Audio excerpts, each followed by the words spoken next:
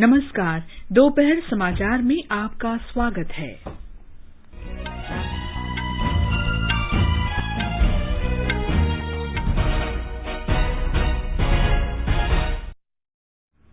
बिहार विधानसभा चुनाव के दूसरे चरण में 17 जिलों की 94 सीटों पर मतदान के लिए सभी तैयारियां पूरी।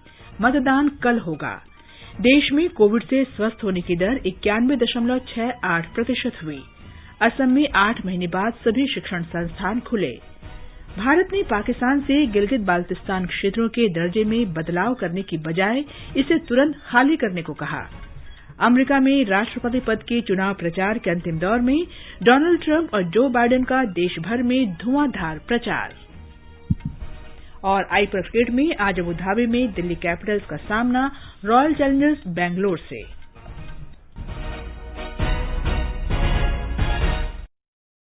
दोपहर समाचार में मुकेश कुमार के साथ मैं कनकलता। कोविड महामारी के खिलाफ देश एकजुट होकर लड़ रहा है। आप भी हमारे साथ सुरक्षा और बचाव के 3 आसान एहतियाती उपायों का संकल्प लें। मास्क पहनें, 2 गज दूरी है जरूरी, सुरक्षित दूरी बनाए रखें, हाथ और मुंह साफ रखें। अब समाचार विस्तार से। बिहार में विधानसभा चुनाव के दूसरे चरण के लिए सभी तैयारियां पूरी कर ली गई हैं। पटना, वैशाली, सीतामढ़ी, दरभंगा और मधुबनी सहित 17 जिलों के 94 निर्वाचन क्षेत्रों में कल इस चरण में मतदान होगा। 2,85,00,000 से अधिक मतदाता 1,463 उम्मीदवारों के राजनीतिक भविष्य का फैसला करेंगे। इस चरण में 146 महिलाएं और 513 निर्दलीय उम्मीदवार के अलावा एक ट्रांसजेंडर चुनाव मैदान में है। मतदान सुबह 7 बजे से शुरू होगा और शाम 6 बजे तक चलेगा। राज्य के मुख्य निर्वाचन अधिकारी एचआर श्रीनिवास ने बताया कि राघोपुर, पारू, मीनापुर और अलौली सहित 8 नक्सल प्रभावित निर्वाचन क्षेत्रों में शाम 4 बजे तक मतदान होगा। अपर मुख्य निर्वाचन अधिकारी संजय कुमार सिंह ने बताया कि नक्सलग्रस्त क्षेत्रों में शांतिपूर्ण मतदान सुनिश्चित करने के लिए सुरक्षा बलों की तैनाती की गई है। हमारे संवाददाता ने बताया है कि कोविड की स्थिति को देखते हुए प्रत्येक मतदान केंद्र पर 1,500 की बजाय केवल 1,000 मतदाता अपने मताधिकार का इस्तेमाल कर सकेंगे। चुनाव आयोग ने मतदान के दौरान कोविड प्रोटोकॉल का पालन करने का निर्देश दिया है। मतदान से जुड़े कर्मियों के लिए मास्क अनिवार्य किया गया है। थर्मल स्कैनिंग के बाद ही मतदाताओं को वोट डालने की अनुमति दी जाएगी। सभी मतदान केंद्रों को आज ही सैनिटाइज किया जा रहा है। कोविड संक्रमण को देखते हुए हरेक मतदान केंद्र पर 1,500 की जगह 1,000 मतदाताओं के लिए ही वोट डालने की व्यवस्था की गई है। महागठबंधन की ओर से मुख्यमंत्री पद के उम्मीदवार तेजस्वी यादव दूसरी बार राघोपुर विधानसभा क्षेत्र से किस्मत आजमा रहे हैं। इस चरण में 8 मंत्रियों के राजनीतिक भविष्य का फैसला होगा। ये हैं नंद किशोर यादव, श्रवण कुमार, राणा रणधीर सिंह, राम सेवक सिंह, महेश्वर हजारी, सुरेश शर्मा और मदन सहनी। आकाशवाणी समाचार के लिए मधुबनी से कृष्ण कुमार लाल। इस चरण में भारतीय जनता पार्टी 45, जनता दल यूनाइटेड 43 और विकासशील इंसान पार्टी 6 सीटों पर चुनाव लड़ रही है। वहीं राष्ट्रीय जनता दल ने 56 सीटों पर और कांग्रेस ने 24 सीटों पर प्रत्याशी खड़े किए हैं। लोक जनशक्ति पार्टी के 52, राष्ट्रीय लोक समता पार्टी के 36, बहुजन समाज पार्टी के 33 और राष्ट्रवादी कांग्रेस पार्टी के 29 उम्मीदवार मैदान में हैं। बिहार विधानसभा की 243 सीटों के लिए 3 चरणों में चुनाव हो रहे हैं। पहले चरण का मतदान 28 अक्टूबर को हो चुका है।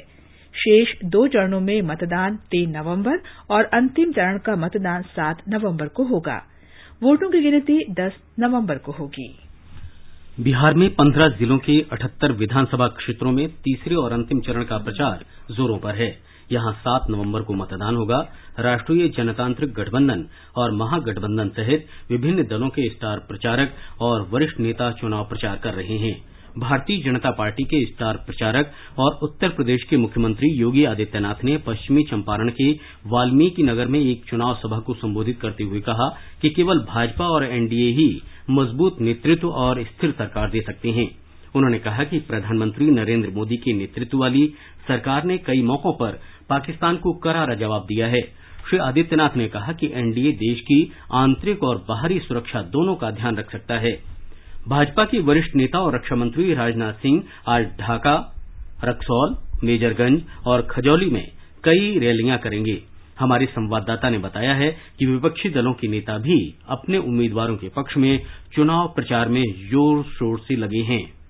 राष्ट्रीय जनता दल और कांग्रेस के नेतृत्व वाले महागठबंधन के मुख्यमंत्री पद के उम्मीदवार तेजस्वी प्रसाद यादव ने अररिया जिले के रानीगंज और नरपतगंज में जनसभाओं में कहा कि केवल उनका गठबंधन ही बिहार को एक सामाजिक सौहार्द वाला सुशासन दे सकता है। राष्ट्रीय लोक समता पार्टी के अध्यक्ष उपेंद्र कुशवाहा ने सीतामढ़ी जिले के रीगा, पथनाहा और परिहार में जनसभाओं को संबोधित किया। वहीं जनता दल यूनाइटेड के अध्यक्ष और मुख्यमंत्री नीतीश कुमार ने मधेपुरा के बिहारीगंज और आलमनगर में जनसभाओं में कहा कि यदि उन्हें फिर से सत्ता में आने का अवसर मिलता है तो वे बिहार को विकसित राज्य बनाएंगे। जन अधिकार पार्टी के अध्यक्ष पप्पू यादव ने आरोप लगाया कि भाजपा और राष्ट्रीय जनता दल के बीच अंदर ही अंदर सियासी जोड़ तोड़ चल रहा है और चुनाव के बाद जनता दल यूनाइटेड को दरकिनार कर ये दोनों दल नया गठबंधन बनाने जा रहे हैं। कांग्रेस, लोक जनशक्ति पार्टी, सीपीआई माले, सीपीआई और सीपीएम के नेता भी अपने अपने प्रत्याशियों के समर्थन में जनसभाओं को संबोधित कर रहे हैं। धर्मेंद्र कुमार राय, आकाशवाणी समाचार, पटना।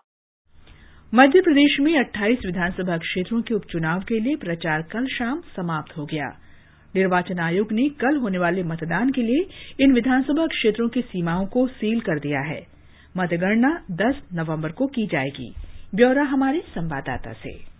मध्य प्रदेश में 28 सीटों के लिए कुल 9,361 मतदान केंद्र और 1,441 सहायक मतदान केंद्र बनाए गए हैं। सहायक मतदान केंद्र उन मतदान केंद्रों पर बनाए गए हैं जहां 1,000 से अधिक मतदाता हैं। सभी विधानसभा सीटों पर मतदान दलों को रवाना किया जा रहा है। चुनाव प्रचार की बात करें तो भाजपा में 6 नेताओं मुख्यमंत्री शिवराज सिंह चौहान, प्रदेश अध्यक्ष वीडी शर्मा, केंद्रीय मंत्री नरेंद्र सिंह तोमर और प्रहलाद पटेल, वरिष्ठ नेता उमा भारती और सांसद ज्योतिरादित्य सिंधिया ने कुल 274 सभाएं, रैली, सम्मेलन और रोड शो किए। भाजपा नेताओं ने हर सीट पर करीब 9 बार मतदाताओं से संपर्क का प्रयास किया। वहीं कांग्रेस की ओर से पूर्व मुख्यमंत्री कमलनाथ और दिग्विजय सिंह, वरिष्ठ नेता सचिन पायलट, अजय सिंह, डॉक्टर गोविंद सिंह एवं सज्जन सिंह वर्मा ने मोर्चा संभाला। कांग्रेस नेताओं ने कुल मिलाकर 170 प्रचार अभियानों के जरिए मतदाताओं से संपर्क साधा। इन चुनाव में 63 लाख से अधिक मतदाता 355 उम्मीदवारों के भाग्य का कल फैसला करेंगे। संजीव शर्मा, आकाशवाणी समाचार, भोपाल।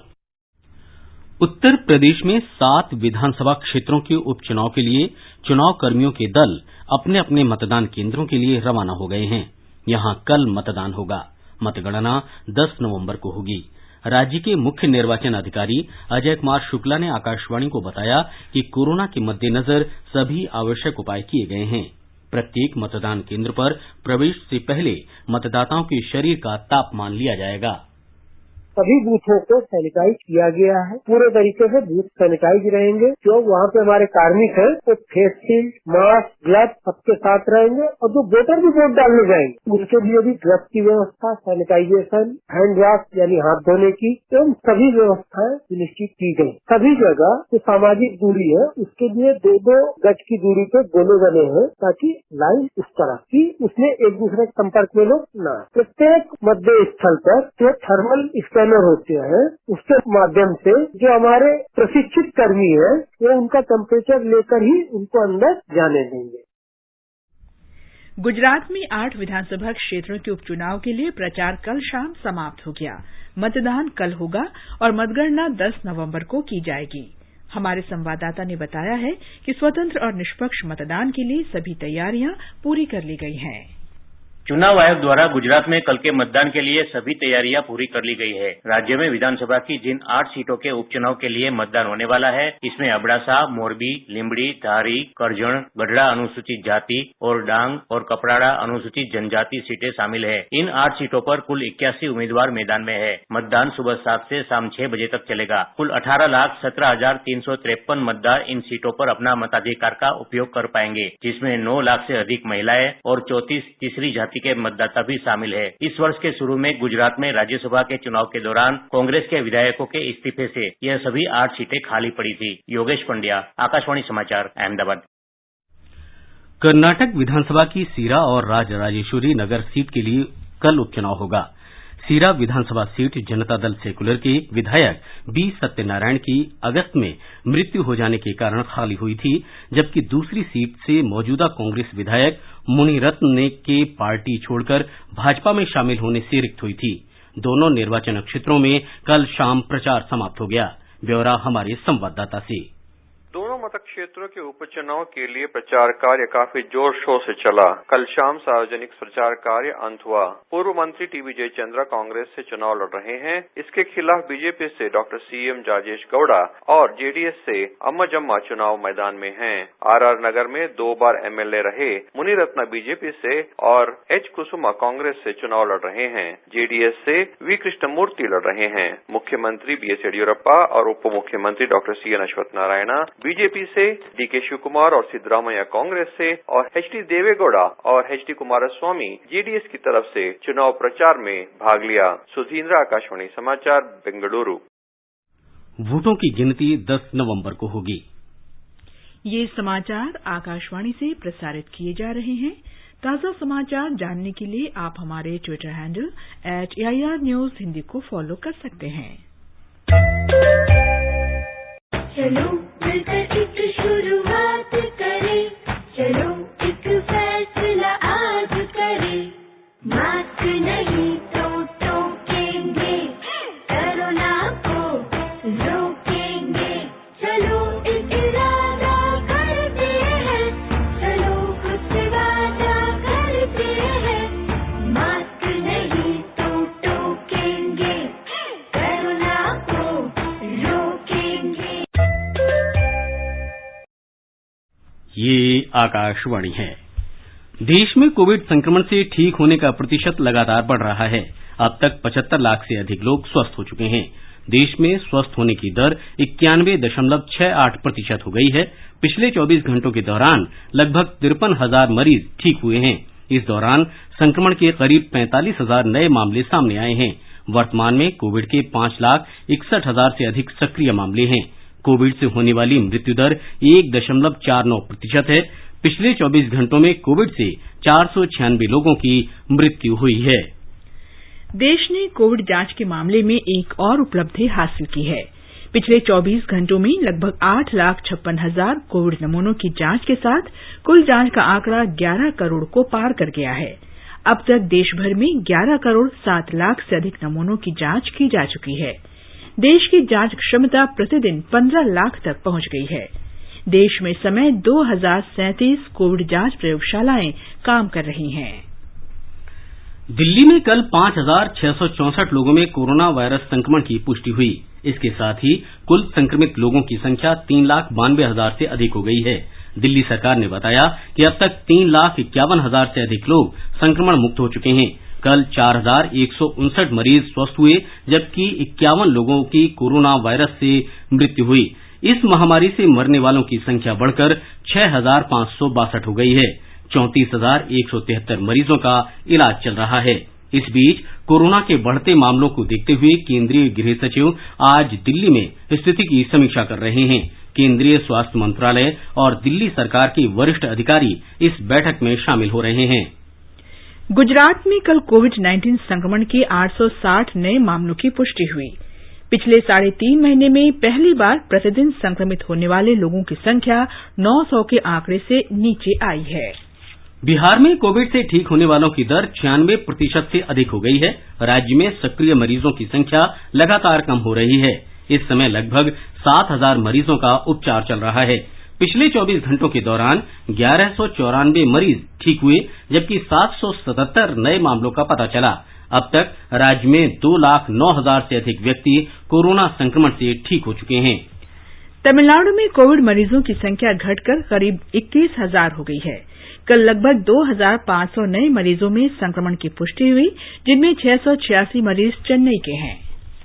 तेलंगाना में पिछले 24 घंटों के दौरान कोविड के 922 नए मामले सामने आए। इसके साथ ही राज्य में संक्रमण के कुल 2,40,970 मामले हो गए हैं। इस दौरान प्रदेश में 1,456 से अधिक मरीजों की ठीक होने के साथ ही स्वस्थ होने वालों की संख्या 2,21,992 हो गई है। ठीक होने की दर 92.12% हो गई है। राज्य में पिछले 24 घंटों के दौरान 7 और लोगों की मृत्यु के साथ मरने वालों की संख्या बढ़कर 1,348 हो गई है। इस समय राज्य में 17,000 से अधिक सक्रिय मामले हैं, जिनमें से 14,000 से अधिक लोगों का उपचार घर पर ही चल रहा है। त्रिपुरा में पिछले 24 घंटों में कोविड-19 के 77 नए मामले सामने आए, जबकि 186 रोगियों को ठीक होने के बाद छुट्टी दे दी गई। संक्रमित लोगों की कुल संख्या 30,794 हो गई है। 29,211 मरीज उपचार के बाद स्वस्थ हो गए हैं। राज्य में अब 1,212 सक्रिय मामले हैं। इसके साथ ही राज्य में स्वस्थ होने की दर बढ़कर 94.93% हो गई है। कल 2 और रोगियों की मृत्यु के साथ ही राज्य में मृतकों की संख्या 345 हो गई है। असम में 8 महीने के बाद आज उच्च प्राथमिक से विश्वविद्यालय स्तर के सभी शिक्षण संस्थान खुल गए हैं। सरकारी सूत्रों के अनुसार प्रवेश द्वार पर छात्रों, शिक्षकों और कर्मचारियों समेत सभी की स्क्रीनिंग की गई। छात्रों को उपस्थिति के लिए बाध्य नहीं किया जाएगा और उनकी उपस्थिति अभिभावकों की सहमति पर निर्भर करेगी। हमारे संवाददाता ने बताया है कि सभी शिक्षण संस्थानों के छात्रावास अगले आदेश तक बंद रहेंगे। कोविड-19 के सख्त प्रोटोकॉल के साथ असम में स्कूल फिर से खोले गए हैं। शिक्षा विभाग द्वारा जारी एसओपी में स्कूल अधिकारियों को कोविड-19 के रोकथाम के लिए सामाजिक दूरी बनाए रखने और अन्य एहतियाती उपायों का पालन करने का निर्देश दिया गया है। स्कूल में जोखिम को कम करने के लिए वायरस की रोकथाम के लिए स्कूल अधिकारी द्वारा ओड इवेंट प्रणाली का पालन किया गया है, ताकि एक छात्र को सप्ताह में 3 दिन ही स्कूल में उपस्थित होना पड़े। मानस प्रतिम शर्मा, आकाशवाणी समाचार, गुवाहाटी। हिमाचल प्रदेश में कक्षा 9 से 12 तक के छात्रों के लिए स्कूल आज से फिर खुल गए हैं। हाल ही में राज्य मंत्रिमंडल की बैठक में कक्षाएं नियमित रूप से संचालित करने का निर्णय लिया गया था। हालांकि छात्रों को उपस्थिति के लिए बाध्य नहीं किया जाएगा। राज्य में सभी कॉलेजों में भी आज से कक्षाएं फिर शुरू हो रही हैं। महाराष्ट्र में 11वीं के छात्रों के लिए आज से ऑनलाइन कक्षाएं शुरू हो गई हैं। राज्य की स्कूल शिक्षा मंत्री वर्षा गायकवाड़ ने ट्वीट संदेश में कहा कि छात्र अपनी पसंद के विषयों में अपनी पढ़ाई शुरू कर सकते हैं, भले ही उन्हें किसी भी कॉलेज में प्रवेश न मिला हो। एक रिपोर्ट। महाराष्ट्र राज्य सरकार ने आज से कक्षा 11वीं के छात्रों के लिए विज्ञान, वाणिज्य और कला तीनों शाखाओं के पाठ्यक्रम के ऑनलाइन क्लासेस शुरू करने का निर्णय लिया है। जूनियर कॉलेज के शिक्षक ये क्लास लेंगे। छात्र अपनी पसंद के विषयों का अध्ययन शुरू कर सकते हैं, भले ही वे किसी कॉलेज में दाखिल न हो। इन क्लासेस में भाग लेने के लिए पूर्व पंजीकरण अनिवार्य होगा। पंजीकरण के बाद छात्रों को SMS और ईमेल के माध्यम से क्लास की जानकारी दी जाएगी। इसके लिए online state council for educational research and training की वेबसाइट पर पंजीकरण करने का अनुरोध छात्रों से किया गया है। ये ऑनलाइन क्लासेस 3 शिफ्ट में होंगे। हर दिन विभिन्न कॉलेजों के 50 पंजीकृत छात्र जूम ऐप के माध्यम से ऑनलाइन क्लास में भाग ले सकेंगे। माधुरी पांगे, आकाशवाणी समाचार, मुंबई। आकाशवाणी के एक विशेष कार्यक्रम में लेडी हार्डिंग मेडिकल कॉलेज नई दिल्ली के निदेशक डॉक्टर NN माथुर ने कहा है कि कोविड के इलाज के लिए अतिरिक्त सावधानी बरतना एकमात्र उपाय है। उन्होंने सलाह दी कि बस और अन्य सार्वजनिक परिवहन में यात्रा के दौरान लोग मास्क जरूर पहनें और अपने हाथों को साफ करते रहें।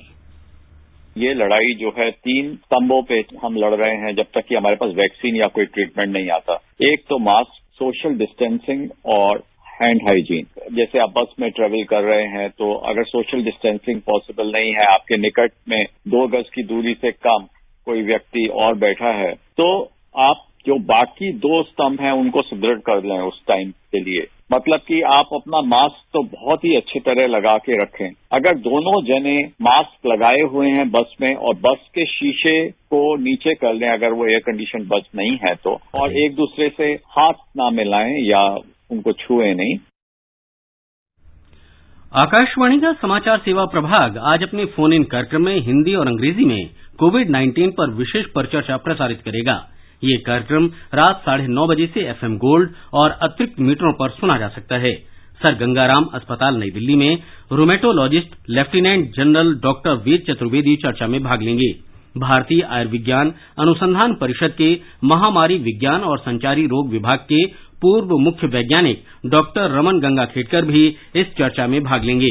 श्रोता हमारे टोल फ्री नंबर 1800-11-5767 पर फोन कर विशेषज्ञ से सीधे सवाल पूछ सकते हैं। लैंडलाइन नंबर है 011-2331-4444। ये कार्यक्रम हमारी वेबसाइट newsonair.com और हमारे YouTube channel news on AIR official पर भी उपलब्ध रहेगा। Mobile app news on AIR से भी अपडेट लिए जा सकते हैं।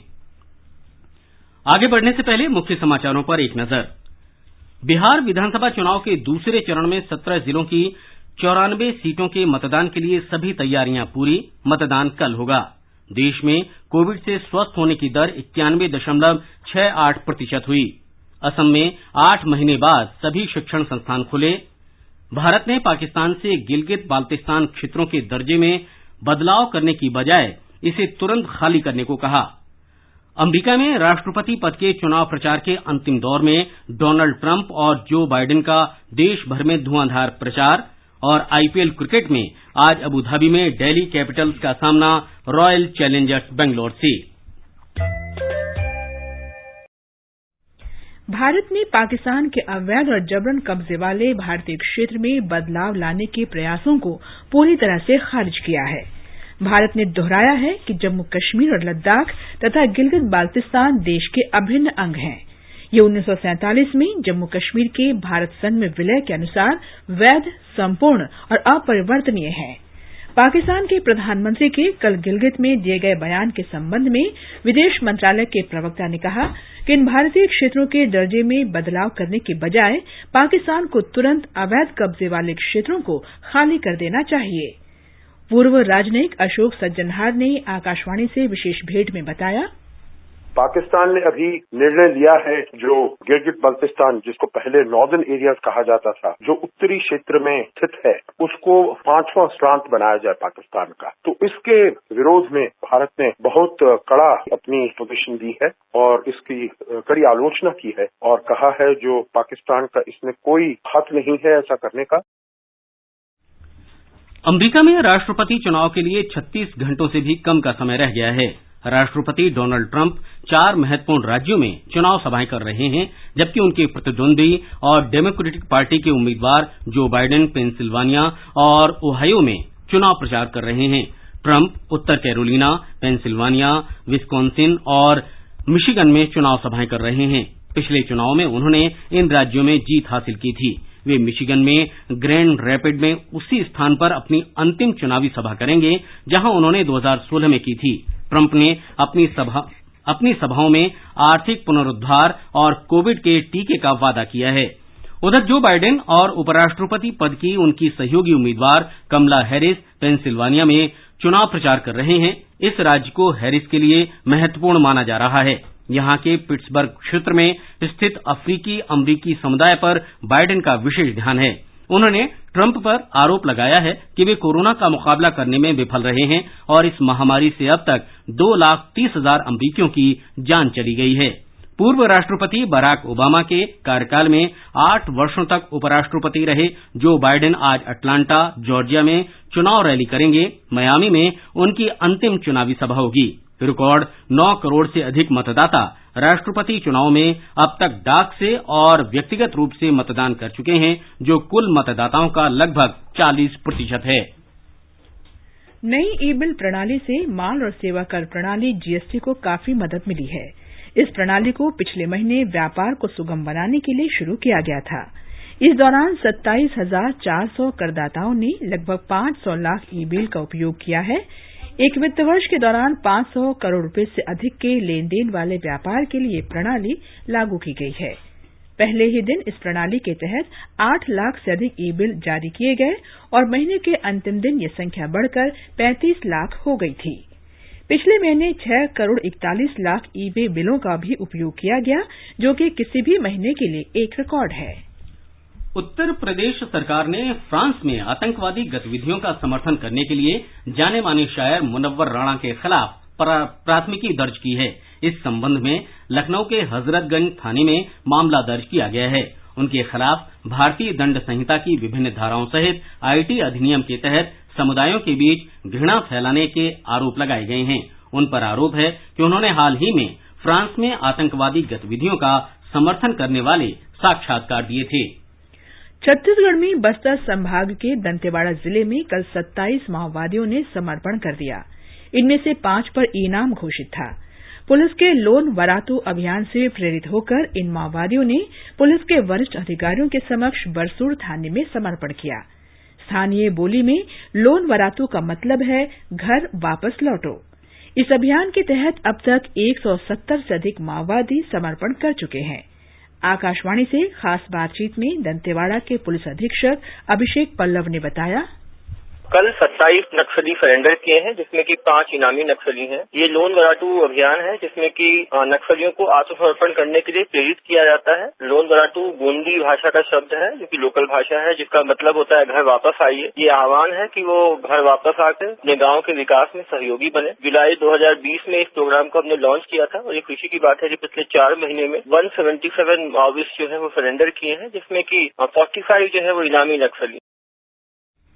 ये समाचार हमारी वेबसाइट newsonair.com/hindi और हमारे mobile app news on AIR पर भी उपलब्ध हैं।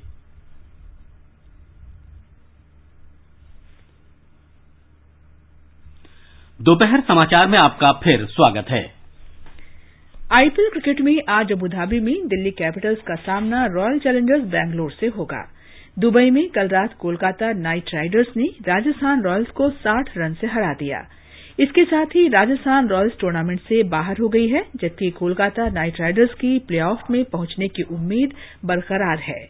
इस जीत के साथ कोलकाता की टीम अंक तालिका में चौथे स्थान पर आ गई है। दूसरे मैच में अबुधाबी में चेन्नई सुपर किंग्स ने किंग्स 11 पंजाब को 9 विकेट से हरा दिया। रिलायंस जियो महिला 2020 चैलेंज 2020 का मुख्य प्रायोजक होगा। भारतीय क्रिकेट कंट्रोल बोर्ड बीसीसीआई ने आईपीएल T20 की वेबसाइट पर एक पोस्ट में इस बारे में घोषणा की। पहली बार कोई प्रायोजक विशेष रूप से महिला आईपीएल के लिए बीसीसीआई के साथ साझेदारी कर रहा है। महिला 2020 चैलेंज टूर्नामेंट शारजाह में 4 से 9 नवंबर तक होगा। प्रधानमंत्री नरेंद्र मोदी ने मिजोरम की 4 वर्षीय बालिका एस्थर हेमचे के राष्ट्रीय गीत वंदे मातरम के आधुनिक संस्करण मां तुझे सलाम के गायन की प्रशंसा की है। इंटरनेट पर छाई इस बालिका ने प्रख्यात संगीतकार AR रहमान के साथ आधुनिक शैली में मां तुझे सलाम वंदे मातरम गाया है। प्रधानमंत्री ने कहा है कि यह प्रशंसनीय और सराहनीय है और एस्थर हेमचे की इस प्रतिभा पर देश को गर्व है। 4 वर्षीय एस्थर के इस गायन को यूट्यूब चैनल पर अब तक 74,000 लोगों ने देखा है। प्रधानमंत्री ने गुरु रामदास के प्रकाश पर्व के अवसर पर लोगों को बधाई दी है। एक ट्वीट संदेश में उन्होंने कहा कि गुरु रामदास जी ने हर तरह के भेदभाव को समाप्त करने और लोगों की सेवा में अपना जीवन लगा दिया। और अब एक नजर आज के मौसम पर। राष्ट्रीय राजधानी दिल्ली में सुबह धुंध छाई रही। न्यूनतम तापमान 14 और अधिकतम 30 डिग्री सेल्सियस के बीच रहने की संभावना है। मुंबई में आसमान साफ रहेगा। न्यूनतम तापमान 23 डिग्री दर्ज किया गया। चेन्नई में बादल छाए रहेंगे। न्यूनतम तापमान 25 और अधिकतम 33 डिग्री के बीच रहने के आसार हैं। कोलकाता में भी बादल छाए रहेंगे। न्यूनतम तापमान 24 और अधिकतम 32 डिग्री सेल्सियस के आसपास रहेगा। केंद्र शासित प्रदेश जम्मू कश्मीर में भी आमतौर पर आसमान साफ रहेगा। जम्मू में न्यूनतम तापमान 13 डिग्री सेल्सियस दर्ज किया गया, जबकि अधिकतम तापमान 31 डिग्री सेल्सियस रहने की संभावना है। श्रीनगर में आमतौर पर बादल छाए रहेंगे और न्यूनतम तापमान 2 डिग्री सेल्सियस दर्ज किया गया। लद्दाख के लेह में भी आसमान साफ रहेगा और शाम के समय बादल छाने की संभावना है। न्यूनतम तापमान 0 से 3 डिग्री सेल्सियस नीचे दर्ज किया गया। गिलगित में आसमान साफ रहेगा और शाम को बादल छाए रहने की संभावना है। न्यूनतम तापमान 1 और अधिकतम 23 डिग्री सेल्सियस के बीच रहेगा। मुजफ्फराबाद में न्यूनतम तापमान 7 डिग्री सेल्सियस और अधिकतम तापमान 27 डिग्री सेल्सियस रहने के आसार हैं। अंत में मुख्य समाचार एक बार फिर। बिहार विधानसभा चुनाव के दूसरे चरण में 17 जिलों की 94 सीटों पर मतदान के लिए सभी तैयारियां पूरी। मतदान कल होगा। देश में कोविड से स्वस्थ होने की दर 91.68% हुई। असम में 8 महीने बाद सभी शिक्षण संस्थान खुले। भारत ने पाकिस्तान से गिलगित बाल्तिस्तान क्षेत्रों के दर्जे में बदलाव करने की बजाय इसे तुरंत खाली करने को कहा। अमेरिका में राष्ट्रपति पद के चुनाव प्रचार के अंतिम दौर में डोनाल्ड ट्रंप और जो बाइडेन का देश भर में धुआंधार प्रचार। और आईपीएल क्रिकेट में आज अबुधाबी में दिल्ली कैपिटल्स का सामना रॉयल चैलेंजर्स बैंगलोर से। इसके साथ ही दोपहर समाचार का ये अंक समाप्त हुआ। नमस्कार।